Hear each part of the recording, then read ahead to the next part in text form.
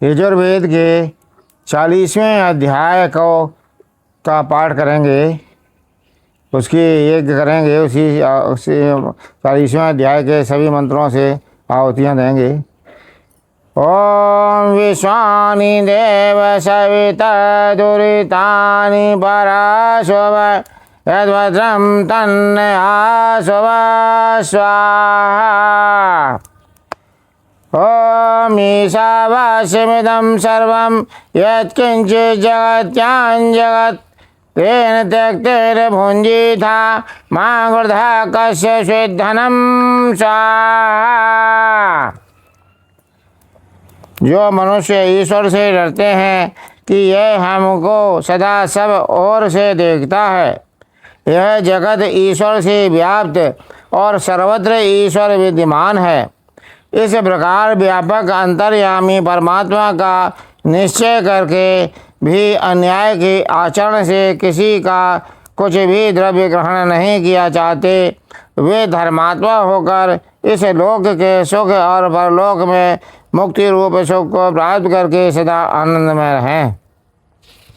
ओम कुर्वन्नेह कर्माणि निजी विशेषतम समा एवं त्वयि नान्यथेतो अस्ति न कर्म लिप्यते नरे स्वाहा।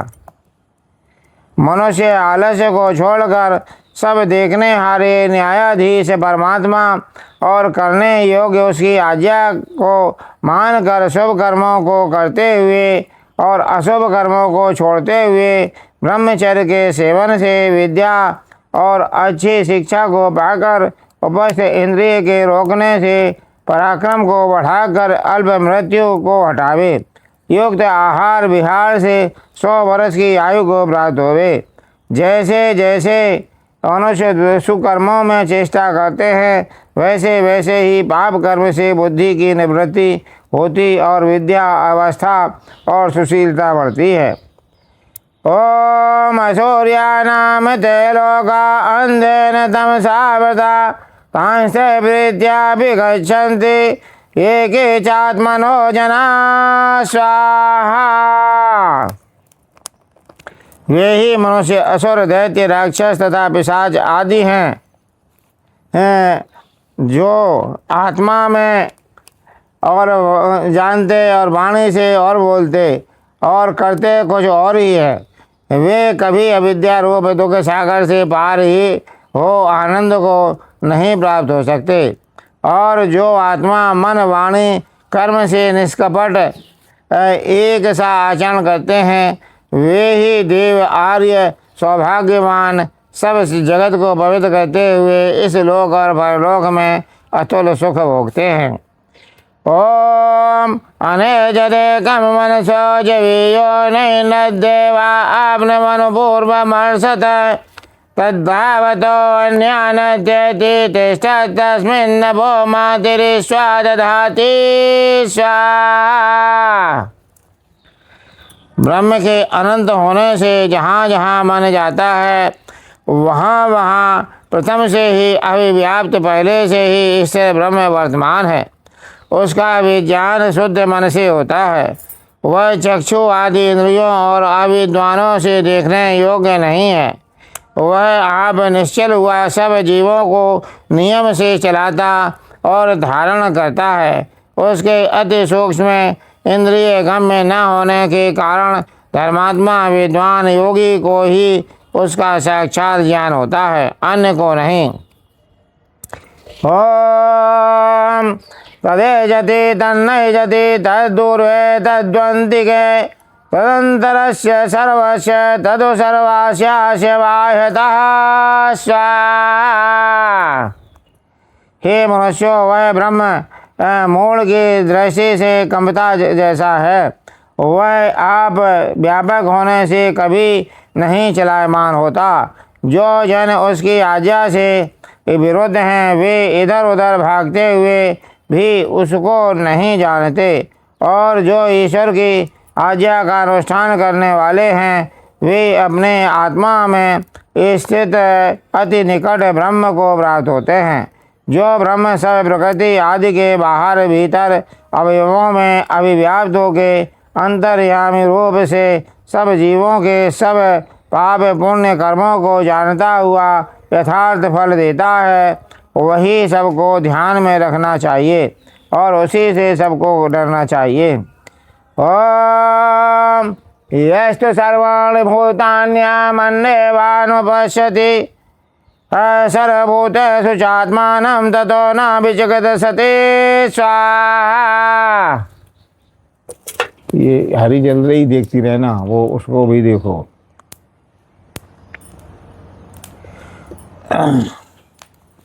हे मनुष्यों, जो लोग सर्वव्यापी न्यायकारी सर्वज्ञ सनातन सबके आत्मा अंतर्यामी सबके दृष्टा परमात्मा को जानकर सुख दुख हानि लाभों में अपने आत्मा के तुल्य सब प्राणियों को जानकर धार्मिक होते हैं, वे ही मोक्ष को प्राप्त होते हैं।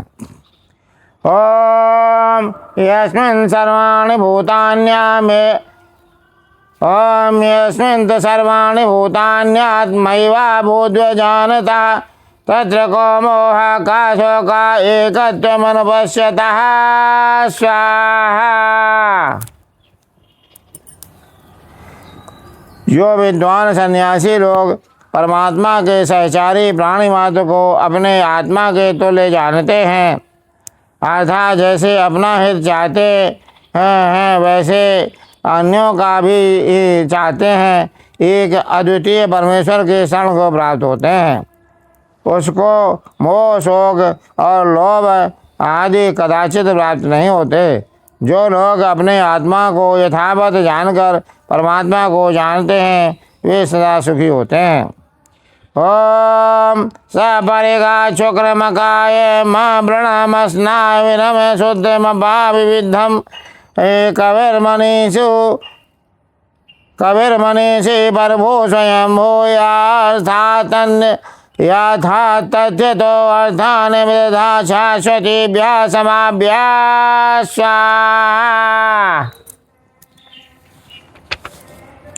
हे मनुष्यों, जो अनंत शक्ति युक्त अजन्मा निरंतर सदा मुक्त न्यायकारी निर्मल सर्वज्ञ सबका साक्षी नियंता अनादि स्वरूप ब्रह्म कल्प के आरंभ में जीवों को अपने कहे वेदों से शब्द अर्थ और उनके संबंध को जानने वाली विद्या का उपदेश न करे तो कोई विद्वान न होवे और न धर्म अर्थ काम और मोक्ष के फलों के भोगने को समर्थ हो। इसलिए इसी ब्रह्म की सदैव उपासना करो।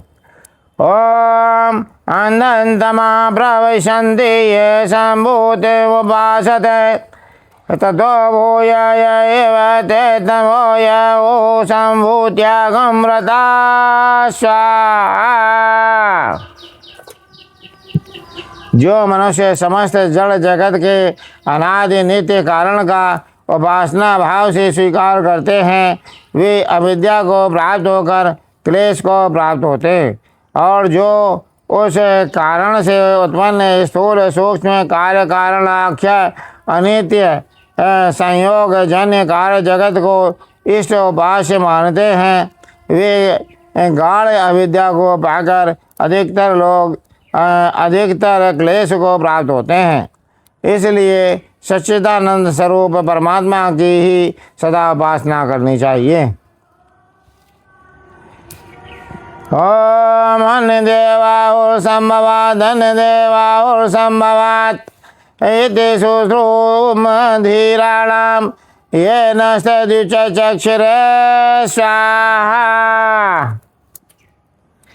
हे मनुष्यों, जैसे विद्वान लोग कार्य कारण रूप वस्तु से भिन्न वक्ष्यमाण उपकार लेते और लिवाते हैं तथा उन कार्य कारण के गुणों को जानकर जनाते हैं, ऐसे ही तुम लोग भी निश्चय करो।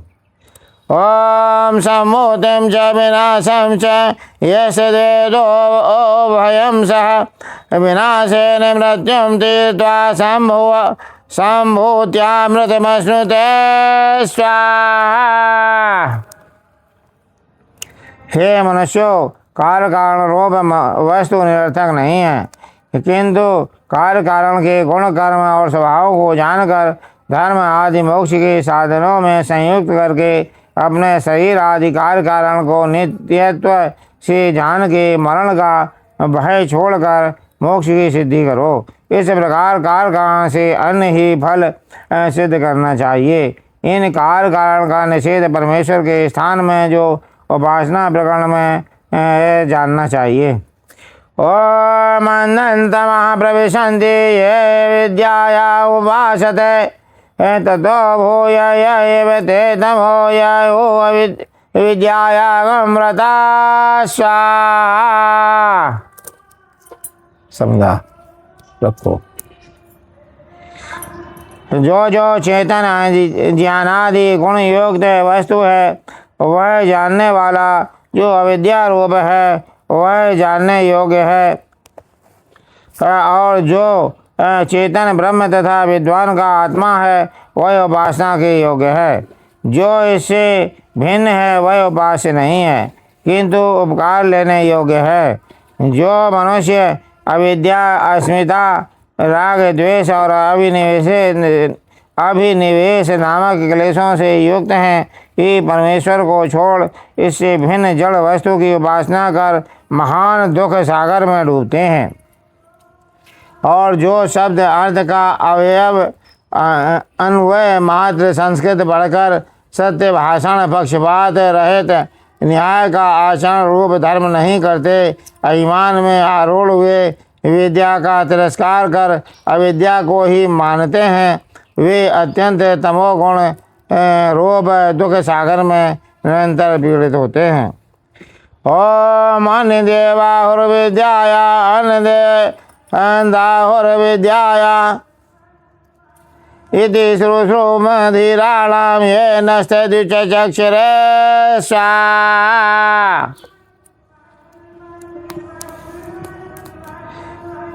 अनादि गुण युक्त चेतन से जो उपयोग होने योग्य है वह अज्ञान युक्त जड़ से कदापि नहीं, और जो जड़ से प्रयोजन सिद्ध होता है वह चेतन से नहीं। सब मनुष्यों को विद्वानों के संग योग, विज्ञान और धर्माचरण से इन दोनों का विवेक करके दोनों से उपयोग लेना चाहिए। ओम विद्यां च अविद्यां च स्थिते दो भयं सह अविद्या मृत्युम तीत्वा विद्या मृतमश्नुते स्वाहा।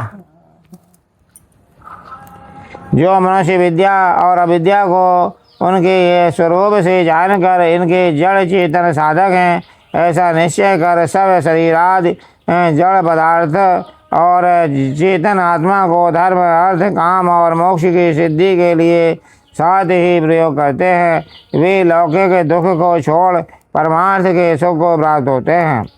जो जड़ प्रकृति आदि कारण व शरीर आदि कार्य न हो तो परमेश्वर जगत की उत्पत्ति और जीव कर्म, उपासना और ज्ञान के करने को कैसे समर्थ हो। इससे न केवल जड़, न केवल चेतन से अथवा न केवल कर्म से तथा न केवल ज्ञान से कोई धर्मादि पदार्थों की सिद्धि करने में समर्थ होता है। ओम वायुर्निलमृतम थेतम भस्मान्तं शरीरम ओम क्रतो स्मर क्ले स्मर कृतगुम स्मर स्वाहा। ओम अग्नेन स्वपथाराय अस्मान् विश्वानि देव वयुनानि विद्वान् योधस्मजुराण मेनो भूष्ठान्तेन मुक्तिं विधेम स्वाहा। जो सत्य भाव से परमेश्वर की उपासना करते, यथाशक्ति उसकी आज्ञा का पालन करते हैं, वो सर्वोपरि सत्कार के योग्य परमात्मा को मानते हैं। उनको दयालु ईश्वर पापाचरण मार्ग से पृथक कर धर्मयुक्त मार्ग में चला के विज्ञान देकर धर्म, अर्थ, काम और मोक्ष को सिद्ध करने के लिए समर्थ करता है। इससे एक अद्वितीय ईश्वर को छोड़ किसी और की उपासना कदापि न करनी चाहिए। ओम हिरण्मयेन बातेन सत्यस्याभिहितं मुखं यो असावादित्य पुरुषा सो असावहम् ओम खं ब्रह्म स्वाहा। सब मनुष्यों के प्रति ईश्वर उपदेश करता है कि हे मनुष्यों, जो मैं यहाँ हूँ वही अन्यत्र सूर्यादि लोक में, जो अन्य स्थान सूर्यादि लोक में है वही यहाँ हूँ। सर्वत्र परिपूर्ण आकाश के तुल्य व्यापक, मुझसे भिन्न कोई बड़ा नहीं, मैं ही सबसे बड़ा हूँ। मेरे सुलक्षणों से युक्त पुत्र के तुल्य, प्राणों से प्यारा मेरा निज नाम ओम यह है। जो मेरा प्रेम और सत्याचरण से शरण लेता, अंतर्यामी रूप से मैं अविद्या का विनाश, उसके आत्मा को प्रकाशित करके शुभ गुण कर्म स्वभाव वाला कर, सत्य स्वरूप का आवरण स्थिर कर, योग से हुए शुद्ध विज्ञान को दे और सब दुखों से अलग करके मोक्ष सुख को प्राप्त कराता हूँ। ओम भूर्भुवः स्वः तत्सवितुर्वरेण्यं भर्गो देवस्य धीमहि धियो यो नः प्रचोदयात्। स्वाहा। आज ये यजुर्वेद पूरा हुआ। ओम भूर्भुवः स्वः तत्सवितुर्वरेण्यं भर्गो देवस्य धीमहि धियो यो नः प्रचोदयात्। स्वाहा। ओम भूर्भुवः